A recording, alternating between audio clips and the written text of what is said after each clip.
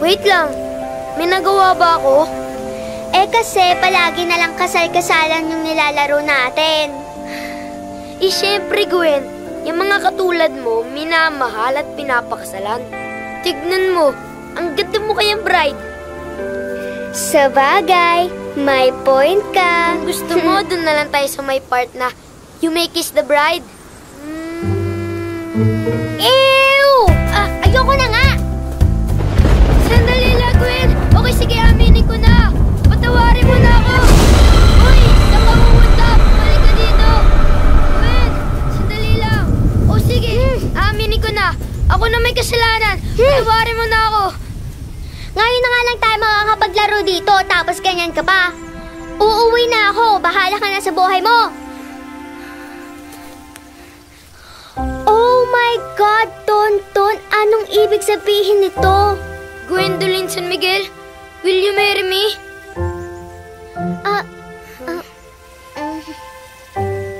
Pero Tonton, 8 years old pa lang tayo.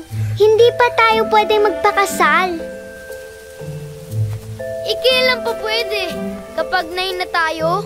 Hindi no. Pag nagpakasal agad tayo, di na ako pwede maging Miss Universe, sabi ni mami ko. O sige na nga. Basta mangako ka ha. Kapag nasa tamang edad na tayo, magpapakasal na tayo. Promise? Promise. Wala nang bawian. Cross my heart. Mamatay man. Period. No erase. Bad luck. Susi, yang. O, isuot mo na tong sing-sing. Patingin nga.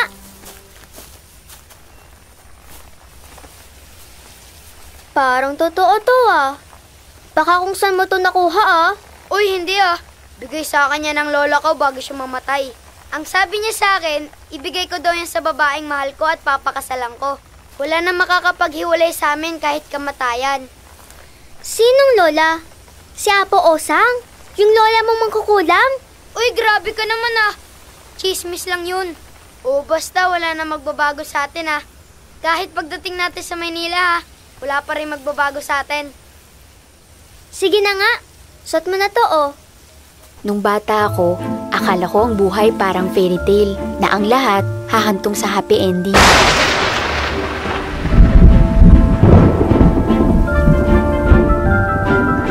Ang sasama nyo!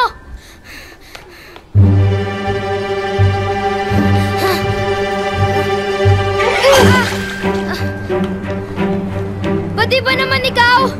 Huwag kang lalapit sa akin. Pero di ba nangako tayo sa isa't isa na walang magbabago sa atin? Binigyan pa nga kita ng sing-sing eh. Ito ba? Isaksak mo sa baga mo. Go away! Malas ka! Apo ka ng mangkukulam! Mangkukulam na ako. Sinabi mo sa kanila? Kaya palang pangit mo eh. Sinusumpa ko! Pagsisisihan niyo tong araw na to! Sinusumpa ko! Papangit kayong lahat! Good job, girl.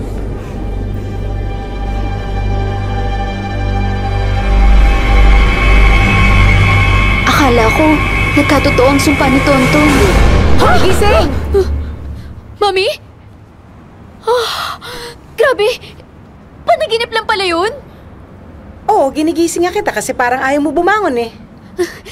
Mami! Oh. Grabe! Sobrang ganda ng panaginip ko! At sa panaginip ko, sobrang ganda ko daw! As in! Tapos, beauty queen daw ako. Sabi ko ganito, hi! Ow! Bakit, Mami? Ay, gising ka na pala. Akala ko kasi tulog ka pa, anak eh. Bangon na. Baka maliit ka pa sa school.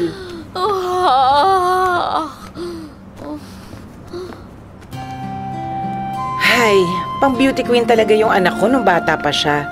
Kaso nagkulang lang sa height at nagkulang din sa looks. Nay! Huh? Huwag mo nga ako ginugulat, anak. Mami, di ba nung bata naman ako, ang ganda-ganda ko? Ganun talaga, anak. Past is past. Tsaka, meron talagang mga bata na habang bata sila, papangit. Hindi mo akalaing lalaking maganda.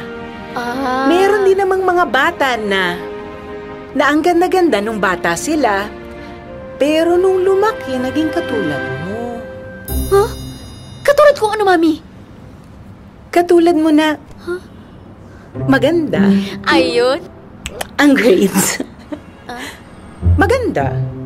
Ang puso. Pero anak, lagi mong tatandaan na lagi kaming super proud sa'yo. Dahil, ikaw ay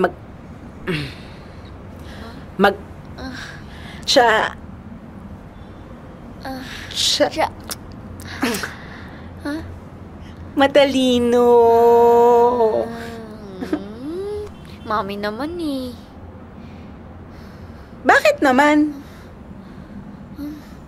Joke lang yun, anak.